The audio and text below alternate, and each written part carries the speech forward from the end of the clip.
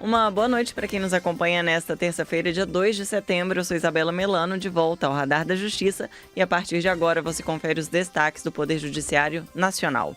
STF inicia julgamento do núcleo 1 da ação penal sobre tentativa de golpe de Estado.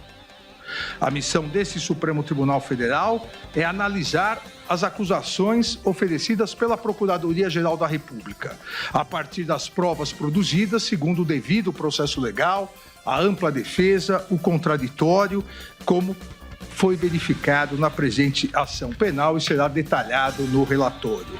Supremo invalida parte de lei do Amazonas sobre compensação pela exploração de petróleo. Superior Tribunal de Justiça anula pronúncia baseada em testemunho indireto de policiais. Décio Caramigo. Segundo o tribunal, sem provas consistentes, a presunção de inocência deve prevalecer. Na prática, a decisão deixa claro que a Justiça precisa de elementos sólidos para autorizar que alguém seja julgado por homicídio. E ainda, o Conselho Nacional de Justiça conclui ciclo de formação sobre responsabilização em casos de violência doméstica. São 6 horas e 16 minutos e o Radar da Justiça está no ar.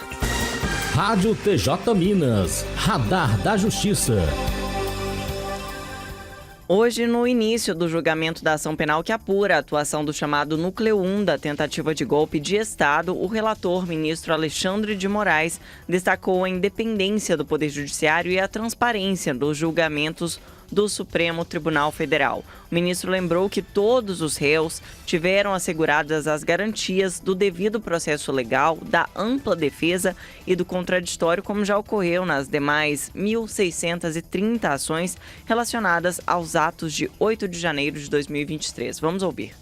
A missão desse Supremo Tribunal Federal é analisar as acusações oferecidas pela Procuradoria-Geral da República, a partir das provas produzidas segundo o devido processo legal, a ampla defesa, o contraditório, como foi verificado na presente ação penal e será detalhado no relatório. Existindo provas acima de qualquer dúvida razoável, as ações penais serão julgadas procedentes e os réus condenados. Havendo prova da inocência ou mesmo qualquer dúvida razoável sobre a culpabilidade dos réus, os réus serão absolvidos. Assim se faz a justiça. Esse é o papel do Supremo Tribunal Federal: julgar com imparcialidade e aplicar a justiça a cada um dos casos concretos, independentemente de ameaças ou coações, ignorando pressões internas ou externas. O processo contra o Núcleo 1 é considerado o mais sensível do conjunto de ações penais abertas após os atos de 8 de janeiro. Para a Procuradoria-Geral da República, esse grupo representava o núcleo decisório e também operacional do suposto golpe. Segundo Moraes, cabe ao STF analisar tecnicamente as acusações da PGR com base nas provas. Ele ressaltou que só haverá condenação se houver certeza acima de dúvida razoável e que havendo dúvida ou comprovação de inocência, os réus vão ser absolvidos. O relator frisou ainda que a pacificação política no país depende do respeito à Constituição, da aplicação das leis e do fortalecimento das instituições. A pacificação do país depende do respeito à Constituição, da aplicação das leis e do fortalecimento das instituições. Não havendo possibilidade de se confundir a saudável e necessária pacificação com a covardia do apaziguamento, que significa impunidade e desrespeito à Constituição Federal e, mais, significa incentivo a novas tentativas de golpe de Estado. Para ele, o STF vai seguir inflexível na defesa da democracia, da soberania nacional, do Estado de Direito e dos princípios constitucionais brasileiros. O julgamento do Núcleo 1 vai até o dia 12 de setembro. E ainda falando do STF, o Supremo rejeitou o recurso do ex-jogador Robinho contra o cumprimento da pena no Brasil. Quem traz as informações é o repórter Diego Breão. O plenário do Supremo Tribunal Federal, o STF, rejeitou o recurso da defesa de Robson de Souza, o Robinho, contra a decisão que havia confirmado a determinação do Superior Tribunal de Justiça, o STJ, para que o ex-jogador de futebol passasse a cumprir no Brasil a pena imposta a ele pelo crime de estupro. A decisão foi tomada na sessão virtual encerrada na última sexta-feira. Robinho foi condenado pela Justiça da Itália a 9 anos de prisão pelo crime ocorrido em 2013. Em março de 2024, o STJ homologou a sentença estrangeira, autorizou a transferência do cumprimento da pena para o Brasil e determinou o início imediato. Em novembro, ao analisar 2 habeas corpus, o STF confirmou a decisão por maioria de votos. O entendimento foi de que os requisitos para o cumprimento da pena exigidos pela legislação brasileira foram atendidos, pois desde 2022 já não havia mais possibilidade de recursos na justiça italiana para a condenação. Em um dos habeas corpus, a defesa de Robinho apresentou embargos de declaração. A alegação era de que o colegiado não teria levado em consideração o voto divergente do ministro Gilmar Mendes, para quem a norma da Lei de Imigração, que autoriza a transferência de execução da pena, não poderia ser aplicada para um fato anterior à edição da legislação. A lei é de 2017, enquanto que o crime ocorreu em 2013. Prevaleceu o entendimento de que a regra da Lei de Imigração não é de natureza penal, mas sim procedimental, e isto impossibilitaria a aplicação retroativa.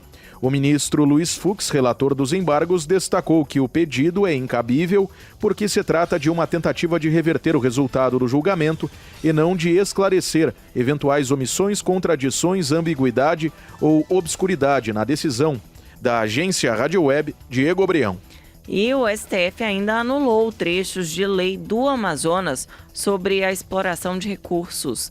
Os detalhes com o repórter Bruno Moreira. O Supremo Tribunal Federal invalidou trechos de uma lei do Amazonas sobre fiscalização, arrecadação e participações financeiras na exploração de recursos minerais e hídricos, como petróleo e gás natural.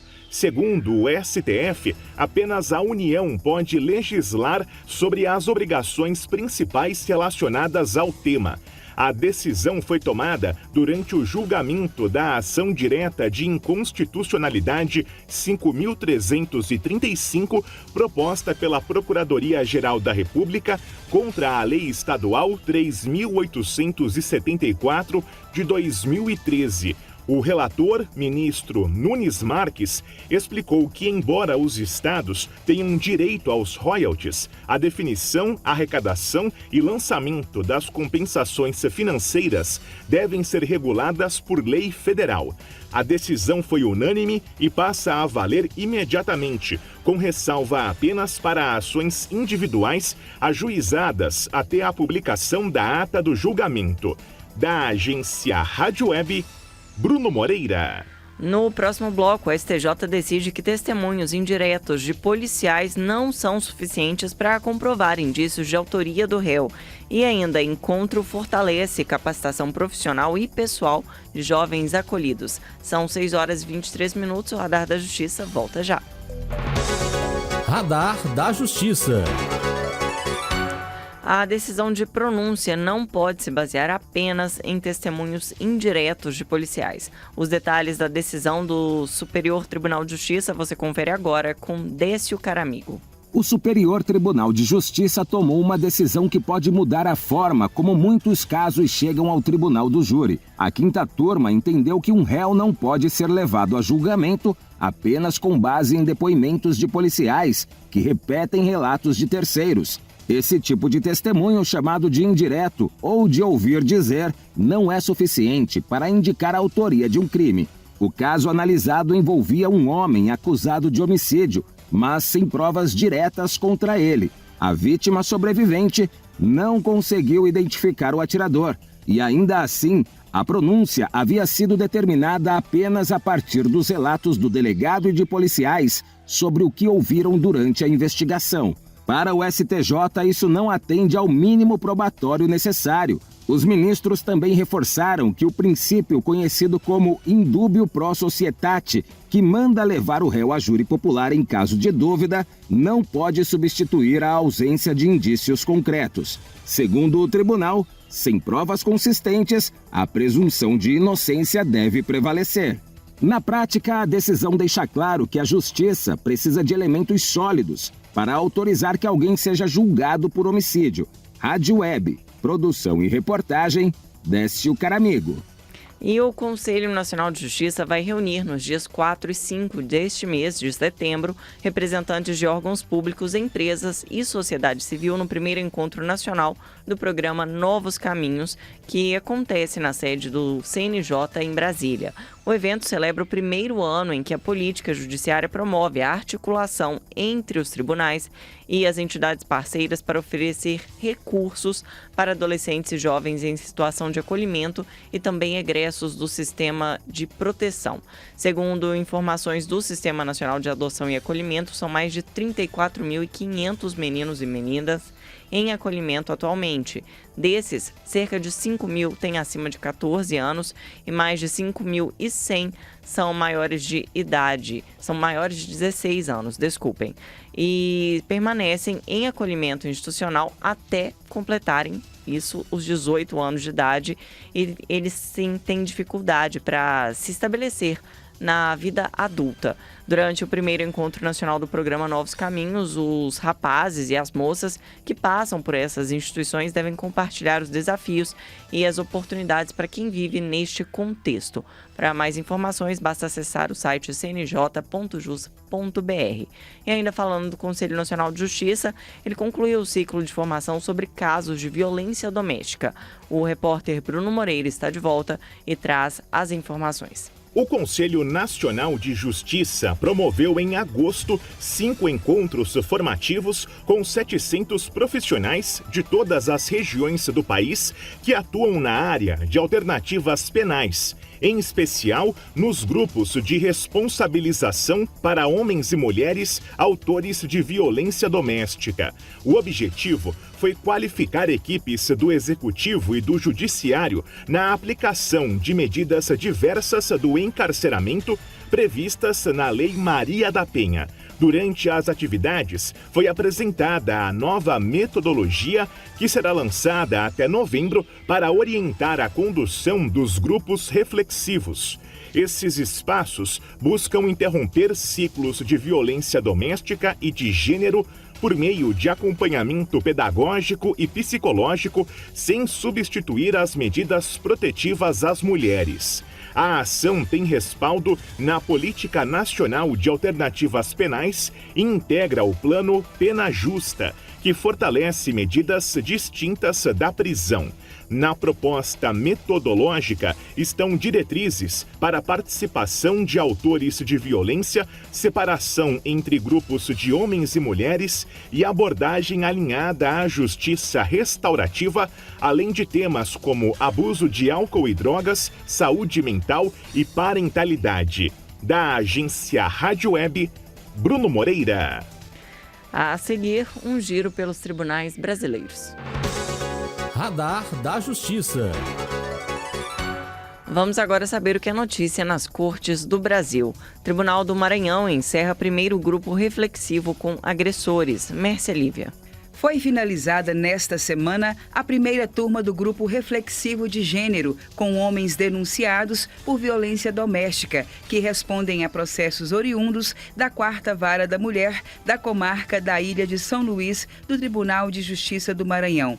Eles frequentaram, por determinação judicial, 10 encontros durante 3 meses. Uma segunda turma tem previsão para iniciar ainda em setembro. O programa do Tribunal de Justiça do Paraná atende quase 30 mil alunos em 2025. Cid Marcos. A edição de número 32 do programa Justiça e Cidadania também se aprendem na escola, promovido pelo Tribunal de Justiça do Estado do Paraná, já atendeu este ano mais de 28 mil alunos de 561 escolas localizadas em 84 municípios do Paraná. O programa tem como objetivo ampliar o acesso de crianças e adolescentes ao sistema de justiça por meio da divulgação de noções básicas sobre direitos e cidadania.